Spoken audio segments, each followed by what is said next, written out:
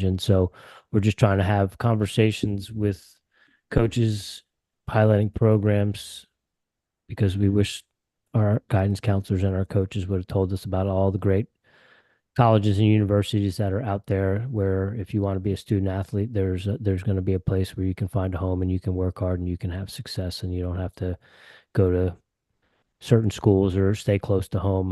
There's lots of places out there and cool places doing a lot of good things. And so we're trying to highlight the Division II, Division III, NAIA, JUCO because Flow Wrestling and a lot of the coverage gets programs. So we want to highlight all the other programs that are doing great things. And so St. Cloud State was on the top of the list. Well, we're honored. I really appreciate it, guys, and excited to visit with you.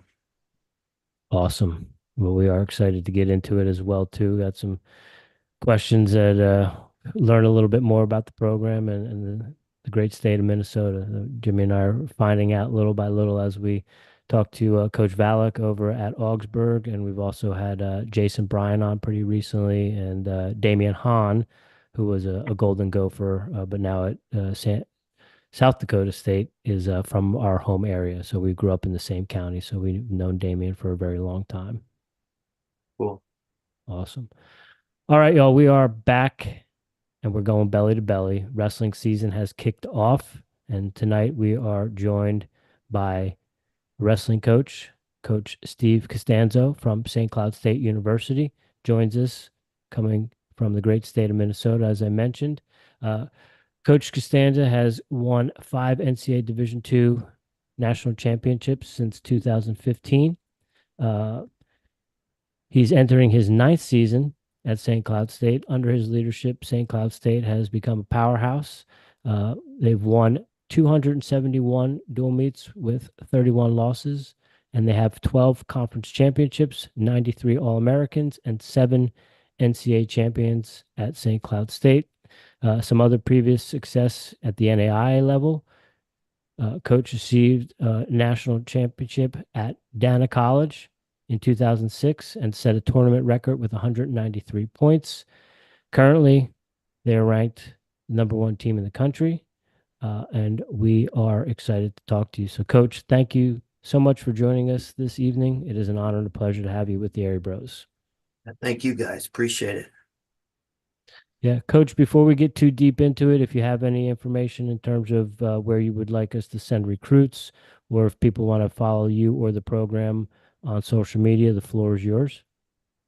Yeah, if you just want to check out our website, stcloudstate.edu, you can follow along throughout the season by clicking on our athletic website and, of course, clicking on wrestling. All the results are posted there. And then we also have a Facebook account under St. Cloud State Wrestling and Instagram as well. So pretty easy to find us. I'm really not a tech guy, to be honest with you guys, but I will tell you that it's pretty easy to find information on St. Cloud State Wrestling. Absolutely, absolutely. Well, we will put all that stuff in the show notes for you. Coach, the most important question we're probably going to ask you for the entire evening, just out of curiosity, do you have a favorite place to get a Juicy Lucy? Uh, in St. Cloud, we have one here. So yeah, we have a Juicy Lucy in St. Cloud. I've been there a few times, and I try to stay away from there. I'm trying to watch my weight lately as I get a Okay. little bit older. It's tough to keep that weight off, you know. Yes, I'm 48 and I'm starting to learn that myself as I've gotten a little bit older and maybe the activity level drops off a little bit or you're dealing with a little bit more aches and pains. You can't move as much as you like to these days. So I Right. feel you. Coach, one other thing, we got a through line for you. As I mentioned, Jimmy and I are from Ocean County, New Jersey, home of Damian Hahn, but we're also members of the alumni of the Shore Conference and of Region 6. And we also got to spend some time in the wrestling club and on the mat with one Gene Hanneman. Oh, no kidding. Yes, sir. Yeah, national champ from St. Cloud State. Now you're gonna probably quiz 95. me. 95. Yeah. You know, I never actually met Gene, but shout out to him. We still got your picture on the wall and still think about you and hope to get you back to St. Cloud someday, Gene. Yes, shout out to Gene. He's a wild man. He's doing good things in New Jersey. He might be retired at this point, but he was a New Jersey State Trooper for a very long time, and yeah, he was one guy that was very intense and tough as nails in the wrestling room at the wrestling club for sure. Yes, he was. He was during my era when I wrestled for the University of Nebraska at Omaha. I know our guys had to compete against him at 150 pounds, and fortunately, I was at 134. I didn't have to wrestle Gene, but he was a bad dude. Yeah, take it away, Coach, Jim.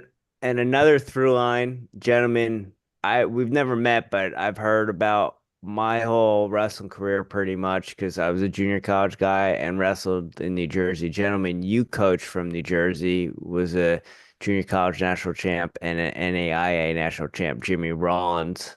It's another little through line for you too. I saw that. I was like, oh, we got to bring that up too. Yeah, he's Mr. New Jersey in my books. He's a stud, and I really enjoyed coaching him. And back in those days, I'd get on the mat a little bit more, and Jimmy and I would go at it.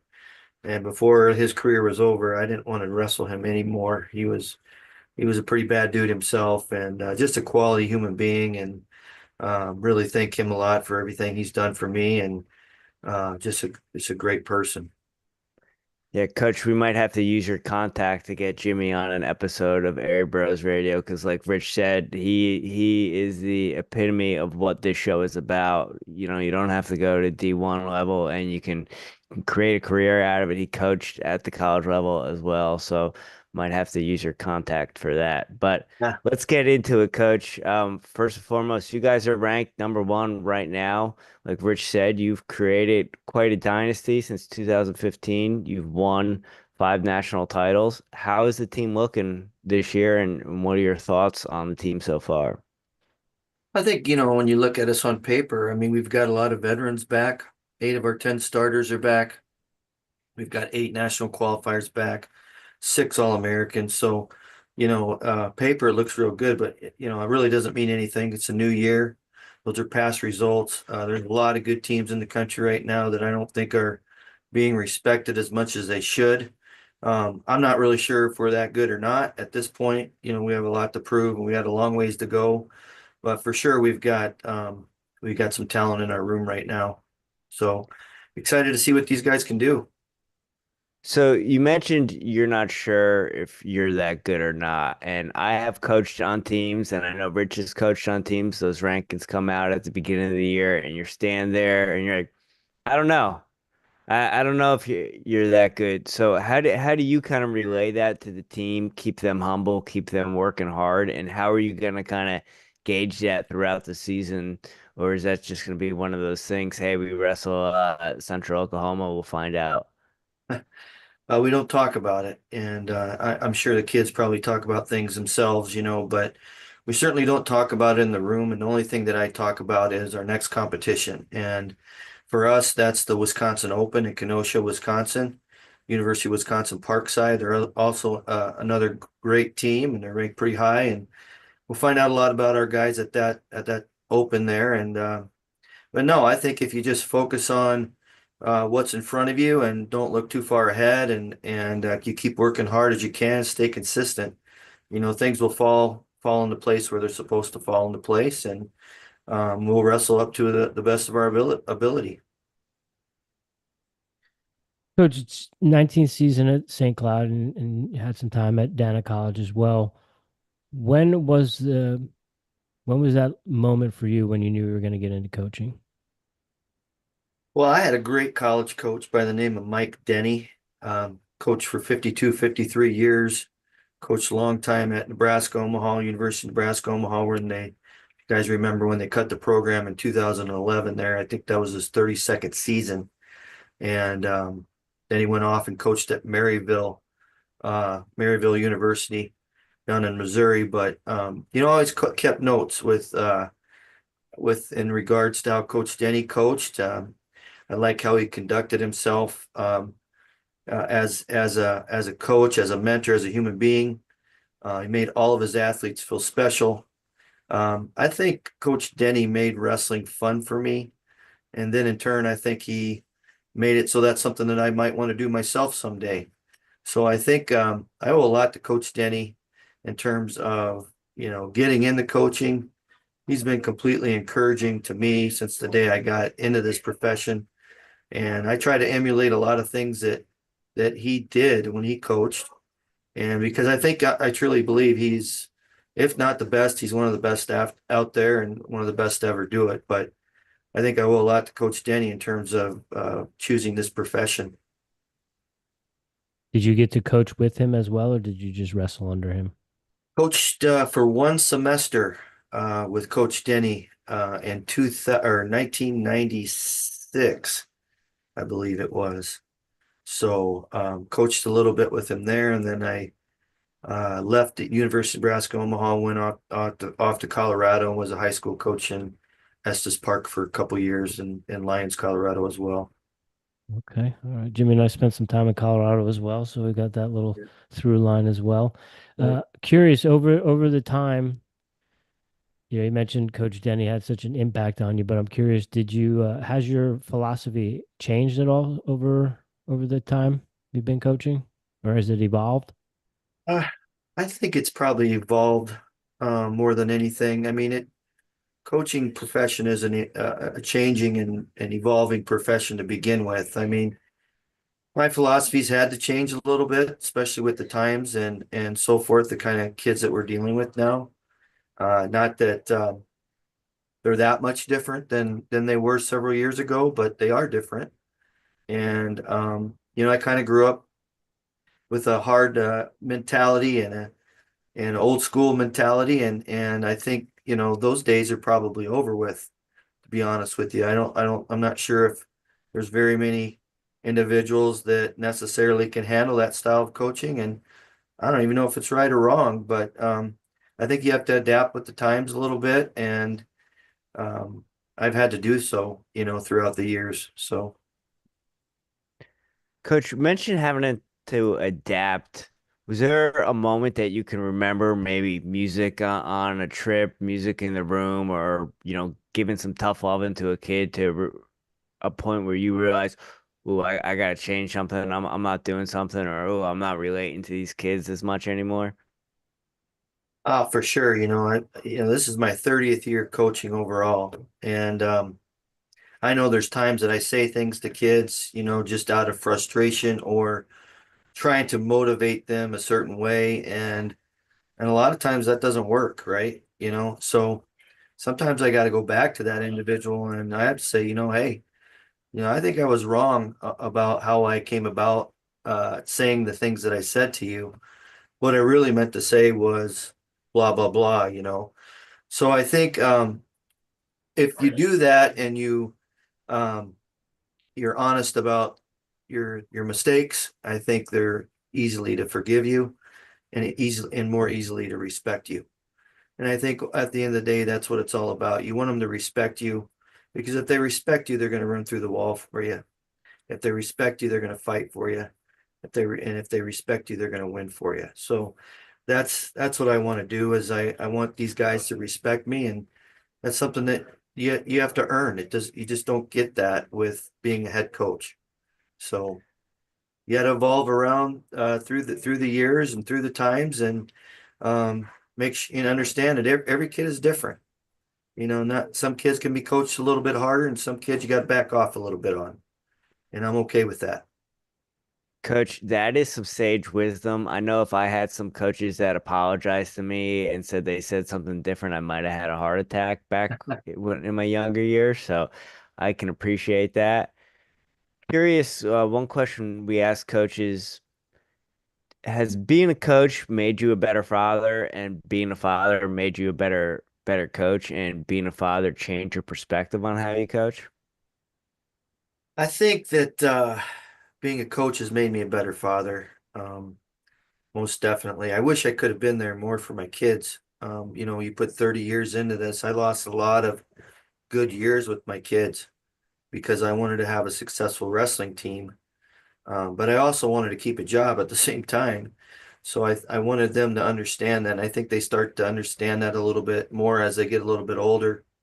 Um, this isn't a guaranteed profession. You do have to produce results and be consistent. And have your team buy into your thoughts and philosophies but I think the other way around too is I think that my kids have made me better coaches as well, or a better coach. I can't. I've learned a lot from my kids at home, and they're. Yeah, I've actually got a few of them that are around the same age as the kids that I'm coaching today. So I've learned a lot from my kids and how to kind of communicate with this generation and so forth. So um, I've really got a feather in my cap having kids around the same age and so forth as the kids that I coach. Any of them wrestlers? I had two boys that wrestled, and Okay. well, they were pretty good. They weren't state champions or anything like that, or I don't think they were as passionate about wrestling as I am or was, especially that age. But I felt like they probably wrestled because dad was a coach and they felt like they had to wrestle. And of course, I never put any pressure on them to do so or anything like that. I wanted them to be their own person. And fortunately they wrestled, and of course I enjoyed watching them and develop not only as a wrestler but as people along the way, because I do believe that wrestling can really develop you as a human being. And I wouldn't be sitting where I'm at right now if it wasn't for the sport of wrestling. Were you able to have your two different hats, your dad hat and your coach hat for when you went to the your son's matches? I was, and it was hard, but I wanted to be a parent, a fan, rather than the dad coach sitting in the corner, or that dad coach up in the bleachers screaming at their kids and stuff. And I just didn't think that wasn't fair to my kids. And I just wanted them, like I said, to be their own person and not feel pressure from their dad to do well, but just yet go out and have fun and enjoy it. Nice. Excellent.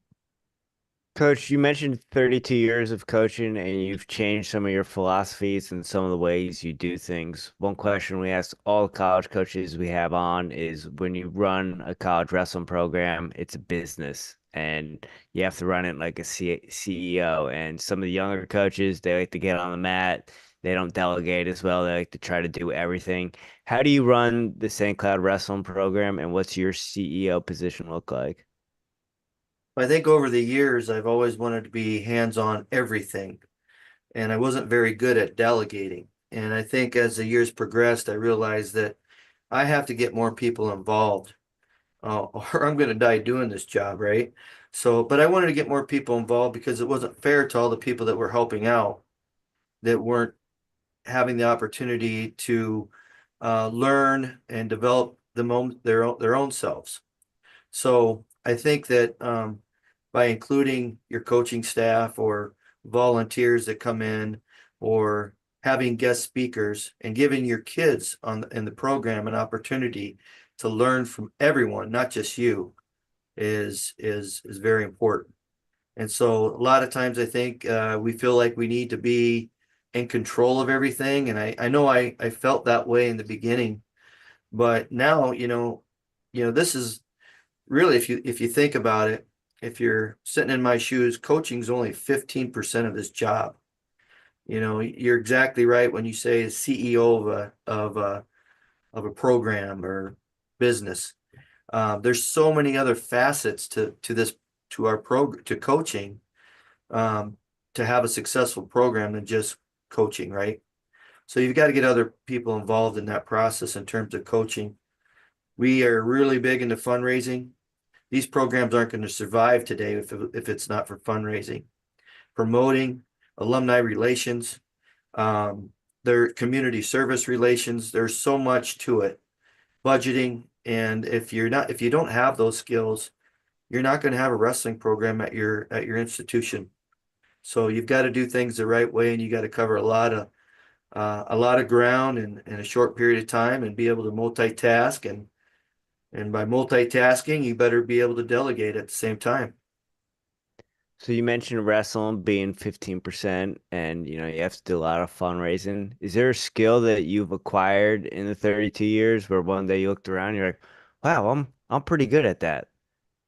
Oh, I don't know. I think I got to get better at everything, to be honest with you. I have that wrestler's mentality, and I don't think I'm really good at that one thing, and I'm still trying to get better at everything that I do every day. And I don't claim to be an expert in this field, even though I've been in it pretty much my entire life. I'm still looking to learn something tomorrow and share it with our guys on a daily basis. And that's the only way we're going to get better. And so that's what I focus on doing day to day. Do you like doing expense reports? Oh my gosh. There's so much paper pushing involved with this job anymore. I mean, honestly, it's something else. But I guess it's like any other job out there, right? You're going to Yeah. have pieces of it that you really don't enjoy and things, but at the end of the day, I always say that I've got the greatest job in the world, and sometimes you got to pinch yourself and be gracious that you get to do this for a living. I started wrestling when I was 7 years old, and I'm pretty much still doing this, and I still enjoy every minute of it. And my favorite part of the day is practice. My favorite part of the day is being with our guys. Of course, it's only 15% of it, like I mentioned, but it's the best part of the day. And you can't you really got to enjoy every bit of it and don't take it for granted. Has it changed as from a head coaching perspective? The CEO stuff, has that changed a lot over the years and what you've had to learn to do? It really has. I can't even, like, sometimes I wish other people could stand in my shoes and walk through my shoes for a day and realize exactly what I do. And it's so funny because all my friends that aren't, in the wrestling world, profession, ask me what I do in the summer. And they think that, you just coach wrestling and so what do you do in the summer? You probably don't do anything, do you? So that's the time of year where you really got to make the most strides and really take your program to another level. So it's really there's always work that needs to be done and always something that needs to be done. So it is a year-round profession for sure. Yeah, no doubt. Coach, with five national championships under your belt and 271 wins, has recruiting gotten easier for you? I think it's gotten harder. Harder, okay. I think it's harder today than it ever has been. I just think that there's some great coaches out there with some great work ethics and want to build their programs, and they're working hard. They're hitting the trails, and that's what it's all about. And the older you get, sometimes you lose a little bit of energy, and maybe you feel like you lose a little bit of an edge. But you got to keep in mind that some of these younger coaches that want to make a name for themselves or put their program on the map, they're working extra hard and they're doing a good job. So it hasn't come easier. It's a lot of hard work. Recruiting's a lot of hard work. Goes with the territory, but you got to stay on top of it daily. Coach, so as you said that, I had this light bulb go, wow, there's a lot of good college wrestling in Minnesota at every level there is. So what kind of recruit are you looking for? Are you ever looking outside of the state? Because there's so many good colleges in the state that you have to go after the recruits and kind of compete against. What's your kind of motto when it comes to recruiting, and what kind of recruit are you looking for? Well, first of all, I want to keep these kids from Minnesota in state, and I'll do everything I can to try to get the best kids from Minnesota before anyone else. But at the same time, you have to venture off and you just got to bring in the best kids that you possibly can get. And if that means that you got to go across the United States in order to do so, then you do so.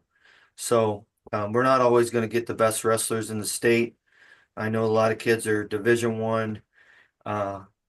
They have the Division I mindset and all that. That's unfortunate in my opinion, but there is some great opportunities here in the state of Minnesota, Division II, Division III.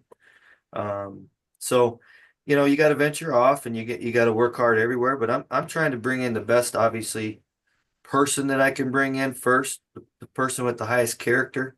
You can really tell those individuals apart when you meet with them face to face and you discuss certain things, certain topics with them. when they're around their families, you can really tell a lot about them as well. Of course, we're all looking for that diamond in the rough, that kid that can get on the mat and be a program changer and so forth. But at the same time, you got to find kids that want to get a degree as well. And we offer a bachelor degree, and then we also offer master's degree here. We also offer a doctorate degree. So we got to find kids that want to get degrees and do something with their lives outside of wrestling when they leave here. What kind of degrees are the members of your team do they all fall under one category? What is St. Cloud State known for academic wise? The majority of our kids right now are in the field of business, engineering, education, and construction technology. So those are pretty much the four majors that kind of dominate our kids in terms of interest for majors. And obviously we have about 140 something majors, pre-professional programs to choose from here, but those four programs are pretty popular amongst our guys. Construction technology, that's one of those unique things that, Jimmy and I talk about that, man, we never heard of something like that. They have it at Nebraska Kearney has it. And I believe there was one other school that we talked to that had that. And that's, again, one of those unique things that we're always trying to find that, again, no one told us that you could go to a 4-year school, compete as a wrestler, and learn how, some things about construction.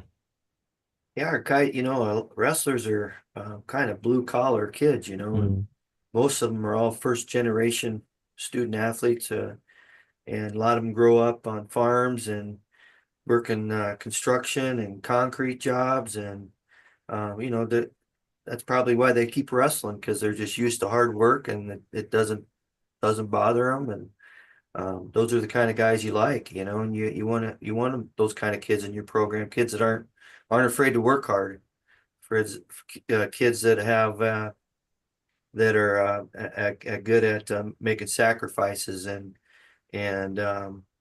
being places on time and certain aspects like that. So, but yeah, we're looking for hardworking kids. And the nice thing about construction technology is that major's a lot of hands-on there. So they have an opportunity to come here and study, but then get an opportunity to use their hands at the same time. So it's kind of cool. Getting that extra workout in, right? Get that extra workout. Yeah. Laying blocks in the middle of the day and getting a degree. Heck yeah. Yeah. Man, that's one of those ones I wish I would have known about. Right. Coach, you said, practice is the favorite part of your day. What time is that part of the day happening for you? You guys practice in the morning? Is it different during the season and in the postseason? What's that looking like these days? Right now we're practicing at, around 3:30 in the afternoon every day. We also have kids lifting throughout the day and getting other additional workouts in throughout the day as well, whether it's with a coach or by themselves or with a partner. So, but it does change throughout the year. I mean, sometimes we'll do some morning stuff, depending on what time of year it is. We'll do some 2-a-days, things like that. So, but the biggest thing that I've learned over the years is I think, the rest is really important, and sleep is very important. And getting these guys up so early in the morning and then having them go to be in class all day and then asking them to come back at 3:30 and then have a study hall and late in the evening, that gets to be a really long day, right? So I think it's important that we're training them hard, but we're training them smart and making sure that they're getting enough rest in to be able to be effective in all the things that we ask out of them each day. And as far as dual meets and tournaments, is it pretty even throughout the semesters, or second semester you having more dual matches and things like that, more tournaments at the beginning, or is it spread out where when you come back from a tournament or a match, hey, you have 1 or 2 days and then you have to go and compete again? How do you kind of manage that as well? Well, the first half of the season first semester is generally opens. We do have a couple duels in there. We'll wrestle 2 duels before the end of first semester, before we head into the holiday break. We come back in January. I will come back at about, I think it's December 27th or 28th, after we have a little holiday break there for about 10 days. we come back, then we'll get our dual season started. And we'll head our first duel of the season will be of 25 will be against Southwest Minnesota State, another in-state school, conference school, and then we'll head to the national duels the week after we wrestle Southwest Minnesota State. So be a lot of duels second half of the year, and very little tournaments before we head into the postseason end of February and national tournament in March. Coach, last season you had an all division win streak in dual meets. What was that accomplishment like? How did that impact the program? Were the guys pretty fired up about that? You know, the crazy thing about it was, again, we never really talked about it. And I think a lot of people knew it was there. And of course, everybody we wrestled knew it was there, right? But as far as us, I think you just focus on one match at a time, and you always focus on, the match in front of you, and then of course the next match. And it was a neat accomplishment for the program. Went back several years. There's a lot of things that coulda, woulda, shoulda happened in some of those scenarios. Could have easily went the other way, and for some reason it went our way for 77 consecutive times in a row. So pretty cool, and something we're real proud of. But at the end of the day, it's you want to have the best national tournament. You want to get the most guys qualified in a national tournament that you possibly can, and you want individual national champions. So while the win streak was nice and it was a big deal for our program and our institution, we really focus on that national tournament and putting some national champions on top of that podium, some All-Americans on that podium, and trying to win a team title. Talking about winning that team title and getting guys on the podium and getting some guys on the top of the podium. Who are some of the key members on the starting lineup that we should be keeping an eye on this season? Well, I think the first kid that I'd like to mention is his name is Nick Novak. He's returning national champ for us 2 years ago at 157 pounds. Last year he was a runner-up at 157 pounds. This year he's bumping up to 165 pounds as a senior. He's currently ranked number 2 in the country. But it's a new weight class for him, and I'm sure he'll have to make some adjustments with that. I think he's big enough and strong enough to wrestle this weight class, but I'm not quite sure he's going to overpower guys like he did maybe at 157 pounds from time to time. But he's a tremendous leader, academic All-American. He's an engineering major, works really hard in the classroom. Like I say, just a tremendous person, and just one of the team catalysts on our team. But we have a lot of them, and I could go up and down our lineup. I wouldn't want to miss anybody by singling anybody out. But I start with him, and we've got a lot of seniors, and we're kind of senior heavy this year. So I think 6 of our 10 starters are seniors. Dominic Murphy at 197 pounds. He's a senior, couple-time returning All-American. LaRon Parks, he's a transfer in from Notre Dame College, All-American last year as well. He's a senior. Bryce Fitzpatrick, senior at 184 pounds, returning All-American. Colby Noss, 149-pound, 2-time returning All-American. So there's some of our seniors there that are doing a great job for us. But there's a lot of different kids that I can mention as well that like I said, I hate to single anybody out, but those kids that I mentioned are really doing a great job for us. Coach, you bring up being very senior heavy, and like we've said throughout this podcast, you guys have been pretty solid for a pretty long time. So obviously you're having top recruits coming in that might have to sit from time to time because they have a senior in their position that's a national runner-up or national champ.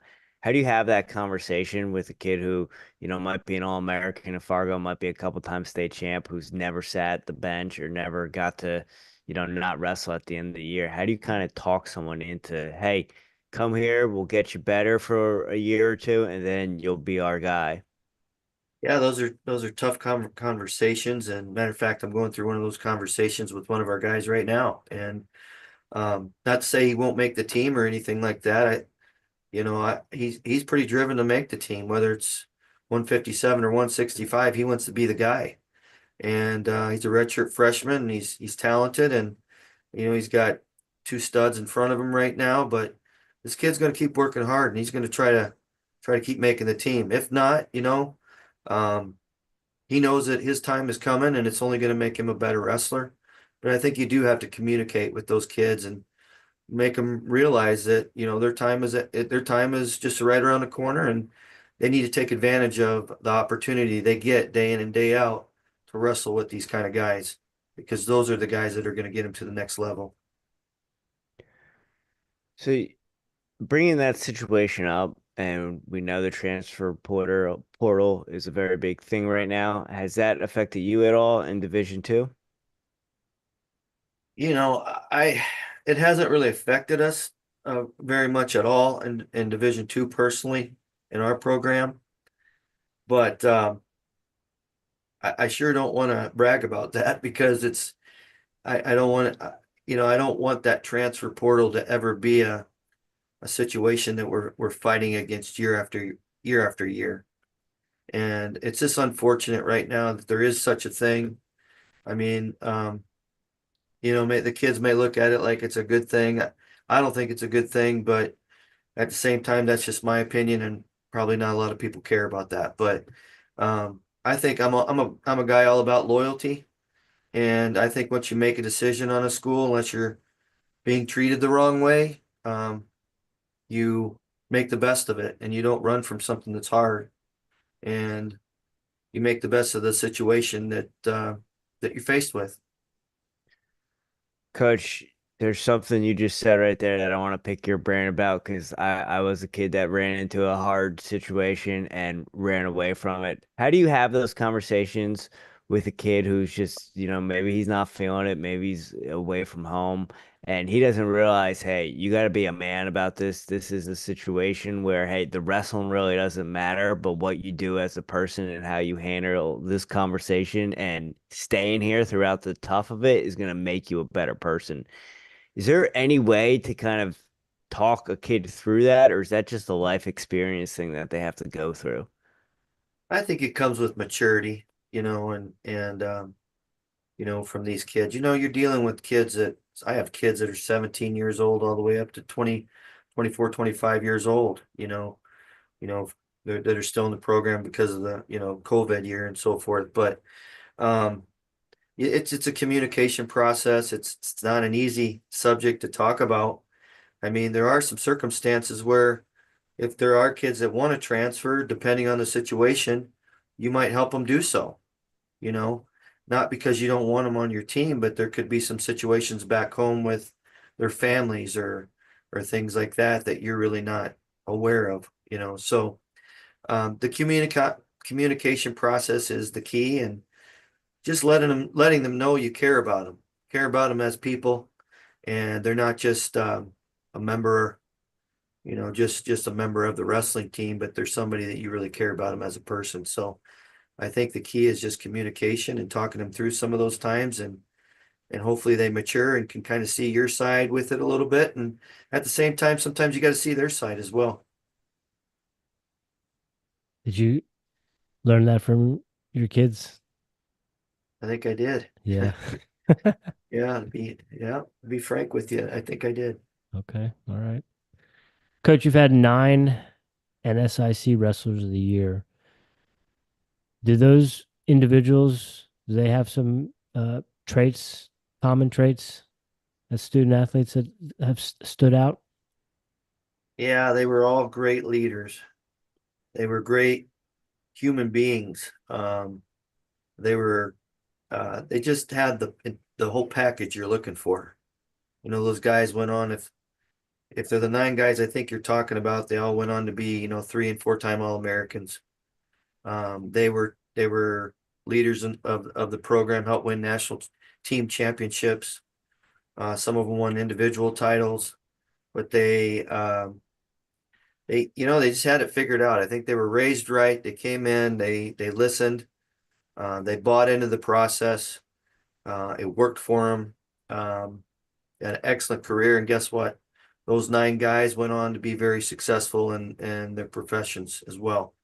And that's really what it's all about, right? And as a wrestling coach, I want to win wrestling matches. I want our guys to win wrestling matches, but at the end of the day, you want them to go off and be successful as a human being.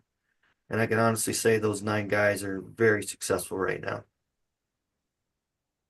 Yeah, as I've gotten older as a coach, I've obviously wins are important. You always want to hang your hat on some W's, but I told the kids that my main goal here is to make you a better human.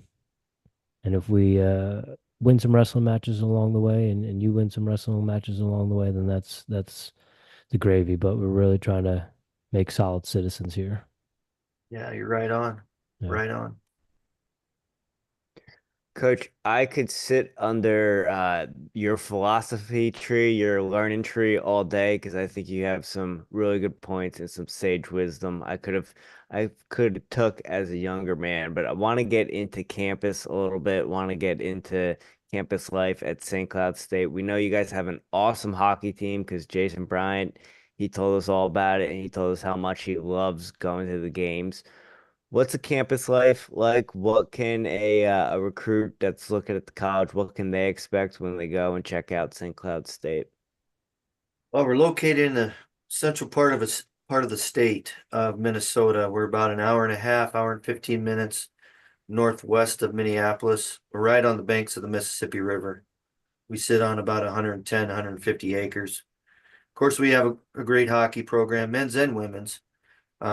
We are Division I in hockey, and all of our other programs are Division II programs athletically. The nice part about our college is it's compact. All of our buildings are really close together. So even though it's a larger school, from anywhere from 8 to 10,000 students on campus, you don't need to get on a bus or a bike or a moped to drive to class. I mean, everything's walking distance. So and I think when people think about Minnesota, they think, oh gosh, why would I go to Minnesota? It's so cold up there, right? Well, hey, I gotta brag about last winter a little bit, man. We had one of the best winters here that we've ever had, and I only plowed my driveway twice. And now that might have been one of the better winters ever in the history. And over 100 years, they keep on record and all that. But we're kind of heading in that direction right now a little bit. But for those colder seasons and so forth on campus, we have skywalks from building to building so that you don't really have to go outside if you don't want to. So those are kind of nice, I think, for the individuals that are scared of the cold and scared of the snow and all that, such as myself. So, but if you're a wrestler and you're looking to come to campus, I can tell you we had a warm wrestling room. And what else do you need to be doing that time of year but training in a nice warm wrestling room day after day? Sunny and 80 every day, right, Coach? Sunny and 80 every day. Coach, do the majority of your team, do they live off campus? Do the freshmen live on campus? How's that look? Yeah, so all of our true freshmen live on campus and they live together in the same dorm, and they're roommates and live on the same floors. And then generally after their first year, our guys move off campus, move in with about 3 or 4 other guys, and move into an apartment type setting or house. It's an apartment type setting, and so all of our guys live together on and off campus. So our team's actually really close, and we work really hard with that in terms of our culture and making sure that we're building the right culture with our guys. And it sounds kind of corny, but I really do want them to love one another like brothers. And I think for the most part they do. Not to say that you don't fight with your brothers from time to time, but because you do. But I'll tell you that they're a close team, and that's what makes great teams. You mean I can attest to that? We've only been in fights with each other in the last 10 years. I was going to ask you too about that. Yeah, a couple Yeah. times. Yeah, I bet. Hey, Coach, talk about those nice winters in Minnesota. The coldest weekend of my life was spent in Bloomington, Minnesota. Yeah. I've been up here for 19 years and these have been some of the coldest years of my life. But maybe it's because I'm getting older. So if there's any recruits out there listening, it's not that cold here. Are you originally from Nebraska? Yes, sir. Yeah. Bennington, Nebraska, which is now considered a suburb of Omaha. That Omaha area has really grown down there, and most of those small towns are now suburbs of Omaha, and it's just a booming metropolitan area now, and probably one of the fastest growing areas in the United States right now is that Omaha, Nebraska area. Okay. Any particular reason? Yeah, I think there's a lot of jobs there. It's the good life down there in Nebraska. That's the motto when you drive into the state of Nebraska. It's a big sign that says the good life. And it really is a great place to grow up. It was a great place for me to grow up. I obviously went to school down there and had some great times during my youth and growing up and all that. And it's just was a great place to grow up. And maybe I'll go back someday. You never know. In Omaha, that's right across the river from Council Bluffs, correct? That's right. Yeah. Separates Okay. by the Missouri River. Mhm. Yep. Okay. Is there any talk amongst the wrestling alumni of trying to get the team reinstated? Is there any hope in that, do you think? Yeah, there's always hope. And Yeah. matter of fact, UNO had their second wrestling reunion in the past 2 years this past weekend. And I think the more that you do things like that and you get your alumni back engaged to the university, I think it's people are going to listen. They have a whole new administration down there right now, and I just hear they're fantastic and they're doing a tremendous job. And for us old alumni from the University of Nebraska, Omaha, I mean, that's always our hope is we can get that program back somehow, and maybe someday it'll happen. Were you able to attend the event? Not this year. Yeah. I was in Decorah, Iowa during that time for the Luther Open with our guys, but I was able to attend last year, and there was over 500 wrestlers, Wow. former wrestlers that came back from that, and it's just a really neat time. And nobody had experienced that since they shut the doors on the program in 2011. So of course, Coach Mike Denny did a great job in celebrating that 2011 championship with those guys that were very deserving of it. And then, of course, recognizing all of those former alums that came back. And we're excited to be back on campus for the first time in several years. Well, we're pushing for reinstatement. Let's do it. Yeah. Yeah. Coach, one last question I have for you if Rich doesn't have anything before the Final Four, but Rich had asked you about those 9 wrestlers that were Wrestler of the Year, if they had any common traits, and you mentioned as well that you like to build a brotherhood with your wrestlers. Do you feel like you have like a system in play now to kind of keep that going year after year where one leader leaves and you have another leader taking over that's kind of building that team with you as a coach? I think after time, and I've been in this place for 19 years, and I think being in the same place for 19 years really helps. The continuity that I have with our former wrestlers and alumni, and the continuity that I have with my head assistant coach, associate head coach Brady Wilson, who's been with me 14 of my 19 years here. I think that adds value. And so to keep that going, and of course, I'm not going to be here forever. Brady's not going to be here forever, but hopefully we have that next guy in line as a coach who's ready to step up there and just keep this train going in the right direction. Hopefully that continues.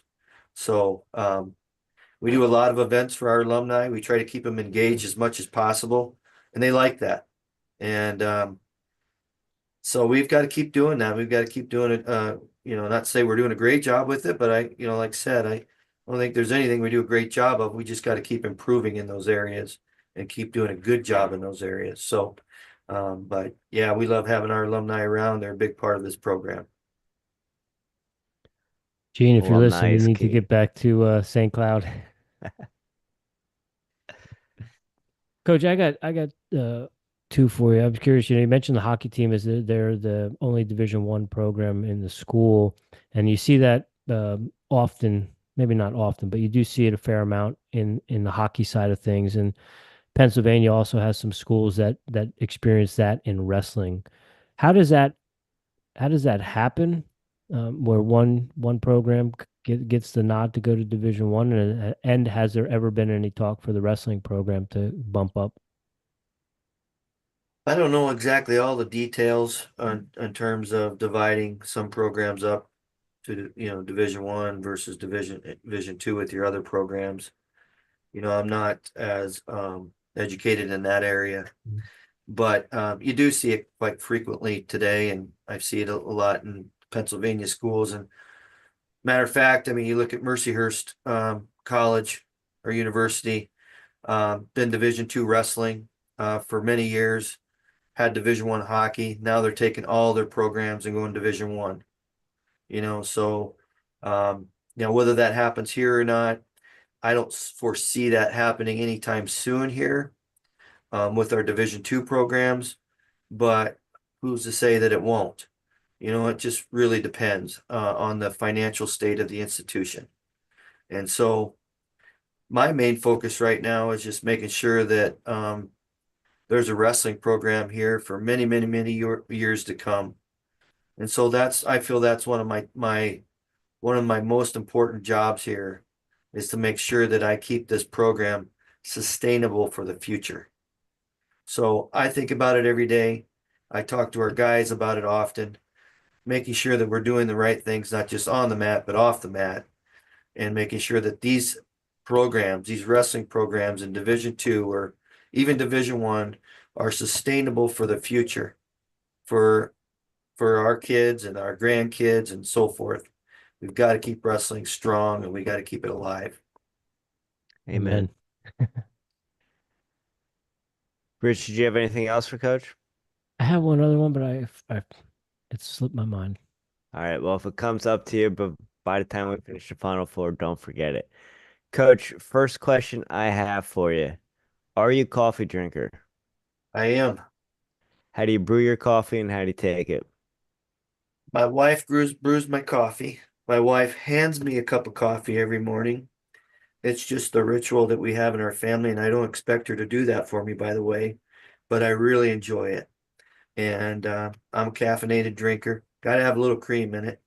And I enjoy sitting down with her every morning having a cup of coffee before we start our day.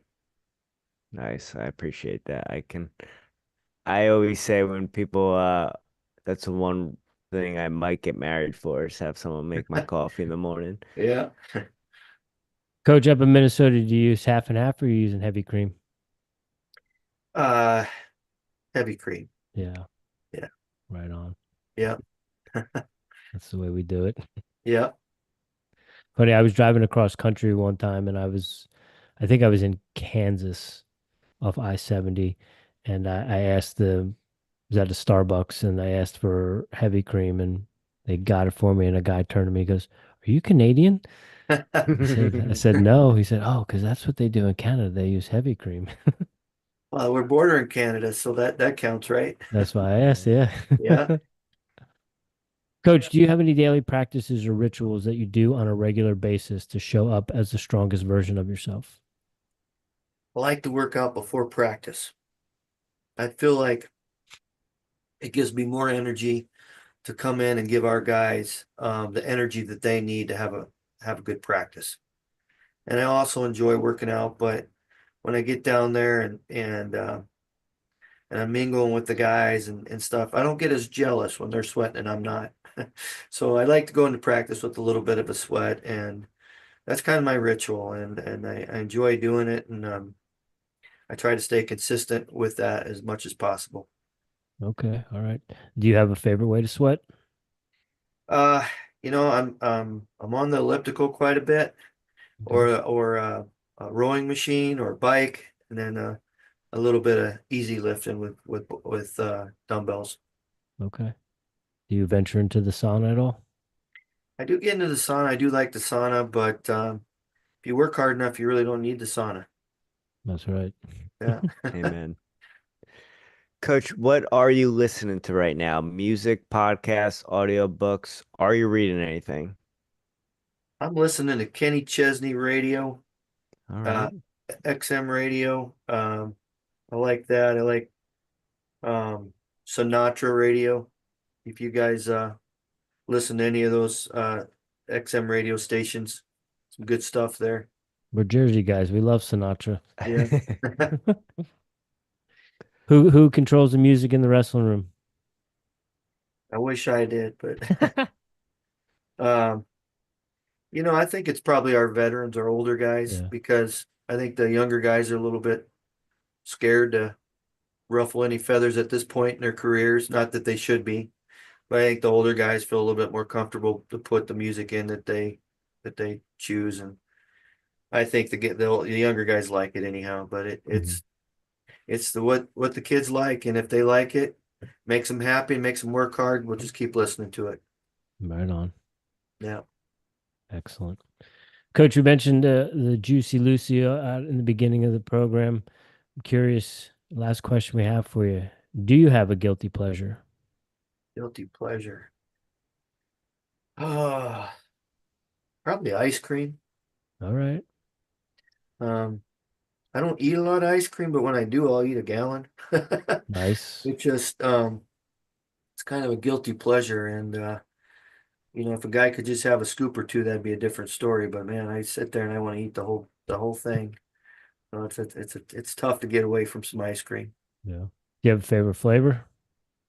I really like all the flavors, but I would probably say strawberry. Strawberry. Yeah. Okay.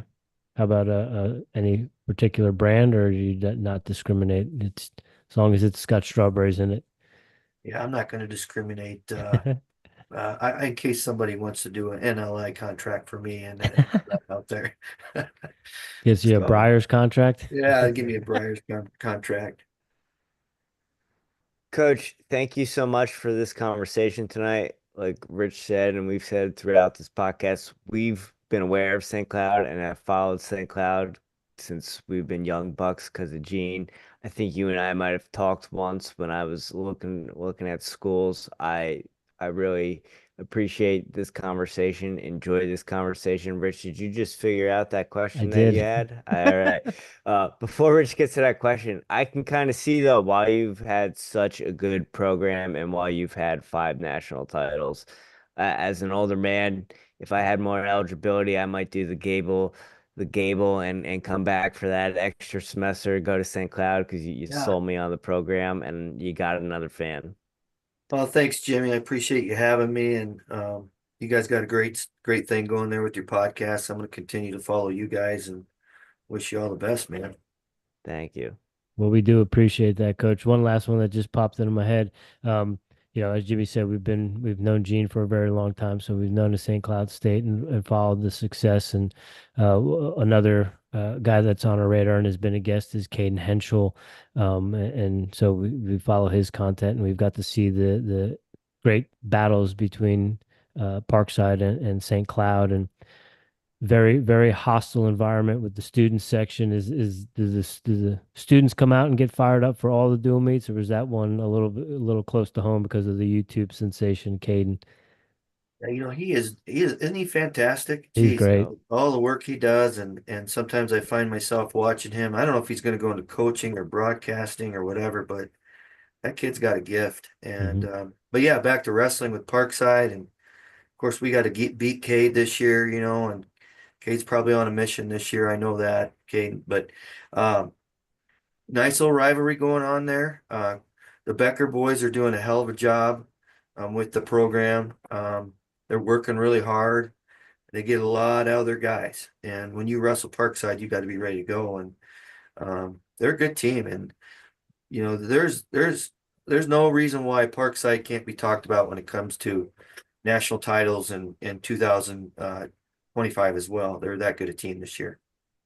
All right, awesome. And when is your duel with them? Our duel with Parkside, and it's actually a home duel, is on Wisconsin Parkside. Let me look real quick. Friday, January 31st, New Year's Eve. All right. All right. And now is that something that with the university, with the athletic department, will they stream that? Will we be able to take that in? Yeah, that'll be streamed by the NSIC network. So Okay. that'll be a good match. And if everybody's healthy and all that, it's could be a nail biter. All right. Well, we had Coach Becker on last week, so we're going to be cheering for both of you. But I know, even if it comes to a tie, it still can't be a tie. So we're just happy to promote both programs and chat with both you guys and cheer for you guys at the same time. Thanks, Rich. Thanks for having me. Appreciate it. Wish you guys all the best. Thank you, sir. We do appreciate it. All right, y'all. That is tonight's episode. We are thankful that you came along on this ride with us and joined us. Make